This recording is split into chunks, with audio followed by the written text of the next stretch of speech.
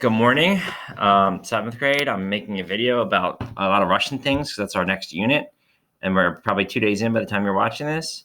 My wife is Russian, and my mother-in-law is Russian, and then I've been to Northeast Philly a lot, to parts where there's like just Russian names on stores. There's like a Dunkin' and stuff, but the next thing you know, you're at like, there's like Foley shopping bag on one end of like a strip mall, and at the other end is like some like name of a restaurant, but then you go in and it's like you're at a wedding and it's all fancy and stuff, and it's like a party and it's wild. And they have like the equivalent of like a disco type of music, and there's dancing. It's not like anything around here. So putting it in perspective is the name of my slideshow, and Putin's their president, so it means putting it in perspective. It's a play on words. That's the Russian flag, white, blue, red. Used to have a different flag when it was the Soviet Union, of course, and that was like many more countries, but now it's just one massive country that sprawls across Europe and Asia, right? So let's get into this, finding out about culture. Teens your age probably would drink lots of water, and then three main drinks. They like certain types of soda, but it's more like mineral water with some flavor in it.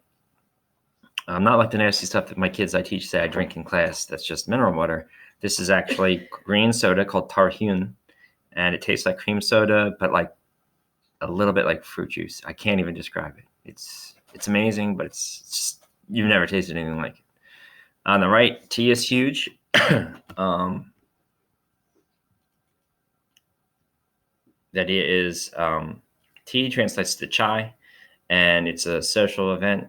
You'll have it in the morning with breakfast, but then you might have later second breakfast where you might have like pastries or cookies that look like little circle pretzels with sesame seeds or poppy seeds on them that are sweet as well. Then you have this thing that looks like a donut without a hole in it, or they're kind of shaped like a crescent, but they're glazed basically, but they're not soft like a glazed donut.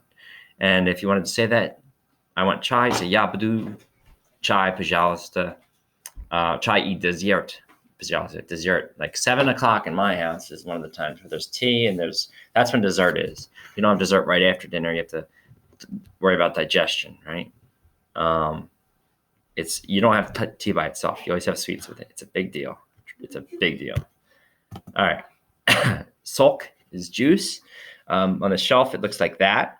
And the idea is it's mostly in a carton, and juice boxes isn't really a thing. You either have that or you don't. You have juice or you don't have it. There's all different kinds. There's like way more vegetable juice. Like V8 is usually a thing like you think grannies drink or like older people, but it's a big deal to have vegetable juice if you're Russian. Yabliki sok in the middle of the screen means apple juice. That's a popular one, just like here. And pomidor sok means tomato juice, and it's not just a thing that grannies have. Kids will drink that often. Breakfasts, oatmeal and buckwheat are regulars. So they call it kasha. Anything that's like a hot breakfast that's like a porridge or buckwheat or whatever. Buckwheat is, I can't even describe it. Tastes like you're eating gluten-free pasta. Real fun. And then you put like butter, and then you can really doctor it up with like fruits and vegetables. Not vegetables. Fruits, and maybe you put like a little seed in there too, like chia seed or something. On the right what is that? It's not meatballs. It tastes just like the cheese bread from Astori's. It's called sierniki, and you can have them more flat like a pancake, or you could have them more like a meatball. But then you just you cook them, and then if you don't eat them the first day, you mic them 30 seconds aside. Then they're nice and soft, and it's basically like egg.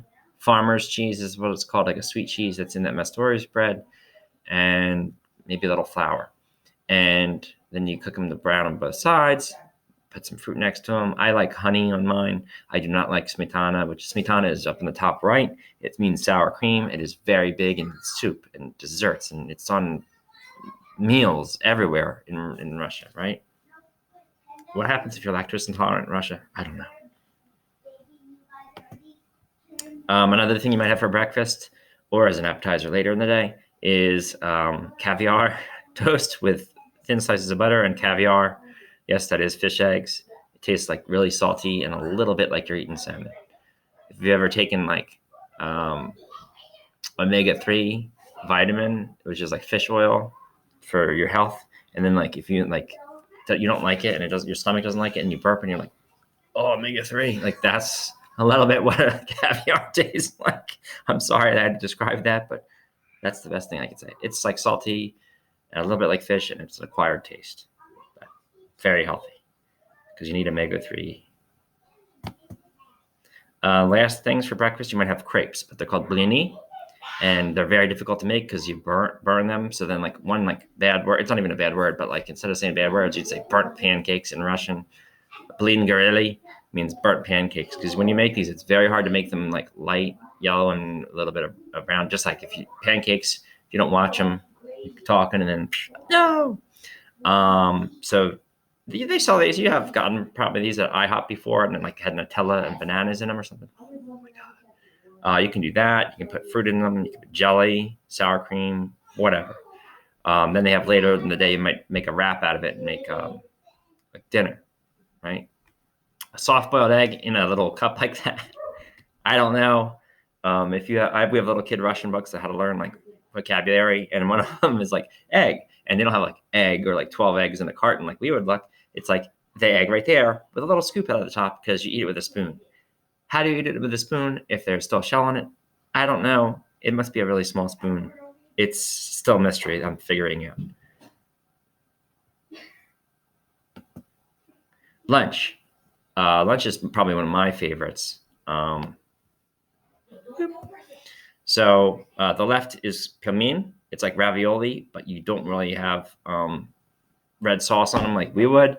You would just boil them, and then like the meat, like the juices and the oil that comes out of the meat makes like the liquid, and then you just like serve them like that. You can have a lot of that like broth or not a lot, and then you throw like sour cream all over it. If you're Russian, I can't do it. The meat has a little kick to it, so that's one you want to take Tums after, right? The middle is my favorite. Kotleta is like making like mini meatloafs or meatballs, and then you make sure they're golden brown on the top and bottom, and serve with mashed potatoes. Usually you take, so like this is a Russian-y thing, and it's not just in my house. You take and you buy like chicken breast or you buy like beef, but then you don't just like cook it. You grind it up on your own in your own house with a grinder, because you got to have that. And I'm not making this up. And then you throw in like a ton of garlic, and you grind that with onion, and then you make these little patties, and you cook them both sides, and they're like, whew, there's garlic. Little ketchup, little hot sauce, in heaven. That's a popular lunch. On the right is borscht. It's soup. They mention it in the movie like Madagascar 2 or 3 or something, where the little tiger that likes to jump through the ring is addicted to borscht. And it's a soup, and it's got like beets, potatoes, carrots, cabbage. Beets, potatoes, carrots, cabbage. And then you can mix in other vegetables as you see fit. Then there might be meat, or there might not, depending on how much wealth a family has in Russia.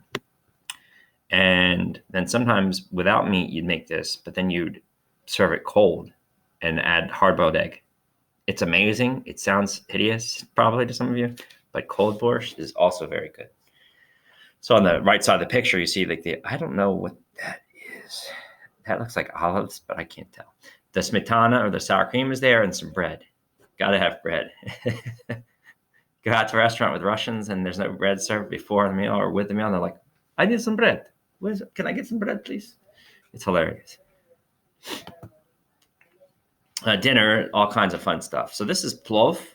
Plov is either beef or lamb, and there's a kick to it. There's a little bit of cumin in there and some other spices.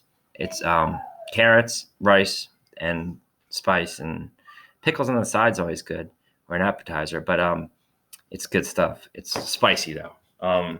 Need a glass of water probably, and it's definitely influenced by the Westerners into the Russians, parts that used to be part of the Soviet Union. There's countries like Uzbekistan and whatnot.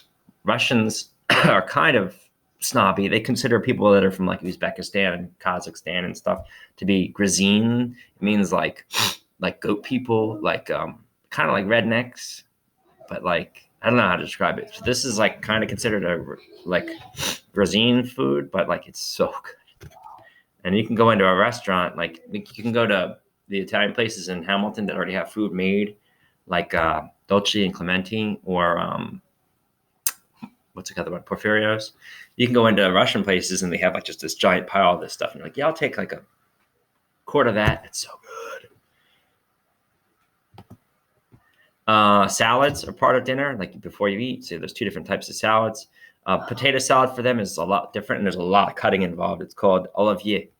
Olivier is right here, the top right picture. There's like little teeny cubes of potatoes, ham, peas, carrots. What did I miss? Peas, carrots, ham, potatoes, onions, mayo, hard-boiled egg. It's amazing. This other salad is called vinaigrette. It's potatoes, cabbage, beets, carrots, pickles, onions, and a little bit of olive oil. So it's a little bit healthier. People don't usually like that. Oh, there's dill in there too. Probably in both, actually. Dill is a big Russian spice. They're good as a warm-up or appetizer. And then these are actually pierogies. That's what a pierogi looks like if you are a Russian. There's things that you get from like Mrs. D's, and there's like a bag of them in the frozen section. They're like the slimier kind, I call them, and they might eat them. Russians would eat those pimeen things that look like a ravioli. They wouldn't really eat those ravioli, those shaped like a half circle pierogies. They think that's like American food, like American food, right? And these are real pierogies. It's like bread. So you might have beef stuffed in there. You might have cabbage. You might have potato with spice. That's good. There might be ones that have like cherry filling, like cherry pie in there. Then if you go to this place that's like Porfirio's, you'll have like 10 kinds on the top. Obviously now if you go to the store, they're all covered in plastic and whatnot, but COVID, right? But like it's just like 12 different kinds, and I'm just like, not healthy for you, all that dough though, right? It could be an appetizer, it could be your dinner. Main courses are, they love to bake chicken with potatoes, with some cooked cabbage on the right. That is spicy beets, down here on the right. Spicy beets with horseradish. Whew. And bread. I can't do the bread though. I'm trying to gluten-free kick, right? Stuffed peppers, always good. And that's a big Russian thing. Who knew? And then these are thebomb.com. Up here on the top right is actually kebabs, but kebabs on a metal skewer. Russians love to go to restaurants to get this too. And then you go to like a kebab hut. Like there's one of those in Hamilton on Route 33. I'm tempted to try. So that's actually lamb and all kinds of spices. It's kicking. It's like they took red pepper flakes and like ground it up with lamb and then like molded around this, and then they cook it. Serve it with onions, some kind of little like hot sauce thing, and a little tomato mixed with olive oil, like salad. And it's so good. And some people are like, lamb, ew. But don't knock it till you try it. That's a dinner, right? Two other interesting things. So earlier in the slideshow, I talked about Blins, and it's like a wrap they might make, and I don't know. I've seen them stuffed with beef, chicken. They can't stuff cherry pie in that because it'll be like, but any like, I'm trying to think. Potato and cabbage, but you gotta be careful because if it gets too saturated, it's like mush. So that's like another way you could have your dinner. And then this is an interesting thing. This is called Selyotka balshubi. Selyotka is this fish down here. It's like sturgeon or herring. It's an acquired taste. Only way I'll eat it is if it's in this. And if you really go crazy, you make 2 layers. So it goes fish, potato, carrot, beets. I'm not even sure what all this is. Egg. They added some extra stuff. In our house, it's usually like this. It goes fish, potato, carrots, cabbage, beets, egg. We don't usually use the carrots though. and then it's layered. Usually it's double decker, the same thing twice. I'm always like, don't give me too much fish because it's like strong. And if you've ever had like pickled herring or sturgeon, it's makes you want to eat tuna instead. But then you mix it together. That is part of dinner whenever there's a holiday. If it's Christmas, if it's Thanksgiving, if it's anything, my mother-in-law will make that. Pardon me for 1 second. Do you need another cake? Allergies are kicking. All right. This is like a field trip. I get to live in a field trip basically because all these things, and I'm just like, the grocery store is just, I go to it and I'm like, what's that? A little kid. Dessert. We just had what was it called? For Mother's Day, we just had some kind of chocolate cake. And most of the cakes are like these big fancy things that are layered. So this is a honey and vanilla type of cake over here. It's very popular, and you'll see this all the time. And you buy it in like a rectangle. There's a giant one, and they'll cut out these big giant rectangles that you buy, and it's very good. It goes really nice with like some like bitter type of tea or some plain tea. Apple cake, Russian apple cake, and then this chocolate layered cake. It's not pictured here, but that's another one that looks a little bit like this. Oh, and I'm a chocolate freak, so and I love all these different candies. There's all these candies. I can't rate them. Hopefully they're not trying to poison me with plutonium or something. But any parents out there watching this are like, oh my God. They have like wafer cookies. So it's like gourmet, makes Kit Kats cry type of stuff. A lot of the candy too, it's not dark chocolate, but I'll have like it tastes a little bit like dark chocolate. It tastes a little bit like coffee. So I'm like, oh my God. I gotta run and get one of my favorites real quick because it's like right out here and I forgot to put it on my slideshow. Running.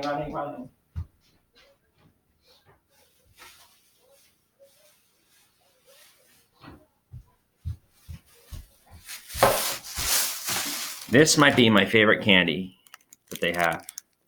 It's like a camel on this side. I don't know. And it's called Karakum. I don't know. It's amazing, but it kind of tastes like a little bit like coffee, but it's like chocolate. It's amazing. I'll open that up for you. I guess I'll have to eat it just to, to open. So if I open, not over the computer. It's like just chocolate, but it's so good. My kids like these like gummy looking things. I call them like jellies or something. Who's got time for that?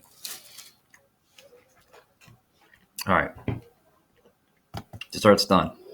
Let's switch out of food. The alphabet. What alphabet doesn't have 33 letters? That was amazing. At the top it says Ruski alphabet, right? So their alphabet is more, and then the lowercase, I just can't even learn that. That's some crazy stuff. I can kind of read Russian though, but I can't. I'm like, what's that mean? But the alphabet is A, B, V, G, D, E, J, Z, I, U, K, L, M, N, O, P, R, S, T, U, F, G, X is like G, C, Ch, get out of here. Sh is that thing, and then J is that thing. And then I don't even know what those are, but they're sometimes in words, but it's just like a placeholder. Don't even ask. Ch, U is like a I connected to an O. U, and then Ya is like R backwards. And you see that a lot in movies that are like knockoffs on like Russian interactions. So how would I spell Ryan? Let's see. Ryan is probably a P, capital P, I. Do they have that? No, that sound? Do they have that sound? I'm having trouble spelling my own name. Probably yeah.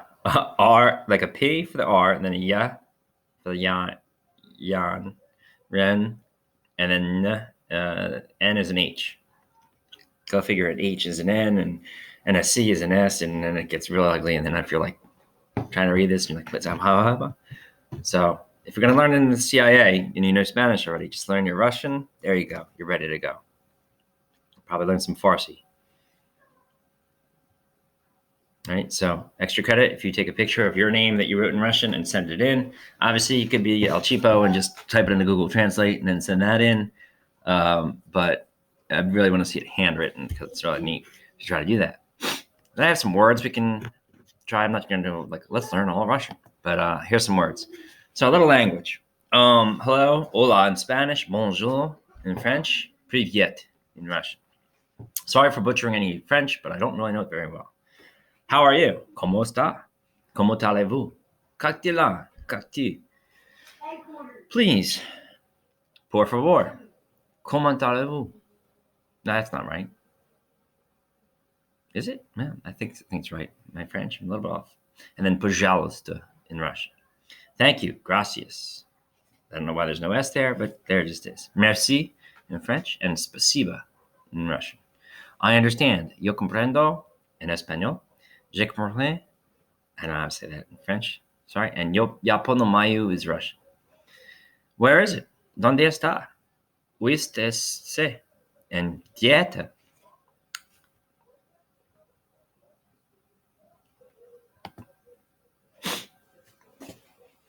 Help me. If you're in Russian, you need help. Ayúdame, español. Ayúdame. Aide-moi, French. And then помогай меня. Pomagay means help, and меня means to me. Good. Bueno, buena. Bien, French. And then хорошо. It's that X looking thing. So that's when it's got a K right there. The X letter in Russian, so that's why it's like хорошо. Bad. Malo. Mava. Mavai. I don't know how to say that in French. And then плохой in Russian. Excuse me. Pardonne. Pardon. And извините in Russian, right? Good morning. Buenos dias. Bonjour. Доброе утро. Good evening. Buenas noches. Bonne nuit. Добрый вечер. Right? Or if you're saying like good night to like your family that you love, you're like спокойной ночи. So it's really interesting. Maybe I should be working in the CIA and saving the world and all that. Learn some language some more, but I don't think I'll ever sound like a native speaker, and I'd probably just be in big trouble. Holidays, Christmas. The Orthodox calendar is what they go by. So we go by the Gregorian calendar in America, in the school system, and they go by the Julian calendar. Christianity broke in half a long time ago. I know that Hamilton is like lots of Catholics and some Protestants. So if you're Catholic or if you're anything else, Presbyterian, then there's Orthodox. There's a church in Hamilton for Ukrainian Orthodox over by Yardville, right? So Christmas for them is usually later than our Christmas, if you celebrate Christmas, or it's around January 7th. Easter is also on the Orthodox calendar, so it's around April 19th or a week or two after the Christian Easter. Sometimes it's the same. Go figure. International Women's Day is very big for Europe, so it's like you have to get flowers, and you have to like. I think there's even a parade in Russia, and it's a really big deal. And I've been in the doghouse a couple times for not saying that to my mother-in-law. Independence Day for them is Friday, June 12th. New Year's Eve is a really big deal. Who you're with is spending time with is who you will see and spend much time with the next year. Try not to be separate from your family if you don't have to be. If you leave chores undone, it's very bad luck for New Year's Eve. And then a big holiday, the last one for them is the end of World War II national holiday. It just happened May 8th. There was a giant parade. Well, there's usually a giant parade, but not now. There's just fireworks from a distance, right? Stereotypes. Alcoholism was kind of used by Joseph Stalin as a way to control people from questioning the government. So then some people are just alcoholics because it was just in their family and they pass it on. Just a stereotype. Stereotypes mean we think that that's how everybody is, but it's not necessarily the case. That they're all communists, that they're all spies, that they like techno music. Although that just might be real life. Disco beats, they usually like. Gambling, crime, bad guys in movies, like every James Bond. Good at hockey, figure skating, gymnastics. They have facial features. So there's like cheekbone structure that's like bigger. Russians have not all the time, but they have like a bigger cheekbone structure. You can't go up to people like, "Are you Russian?" Because your face is big. You can't do that. But it's a Slavic feature, so you could be Polish, you could be Ukrainian, you could be Bulgarian. Who knows? That they don't like Americans. Well, that's not true. But it can be, but it doesn't have to be. That they're tough, they're strong like bull, right? Everybody's, I don't know, all about that. So the tough factor ties in with their president. So Putin is like always like going on these outdoor trips, and he's like riding a horse, and he's like actually he's on like the news, and he's like shirtless, and he's like chopping wood and stuff, and it's like what is this, like some kind of propaganda? So I don't even know.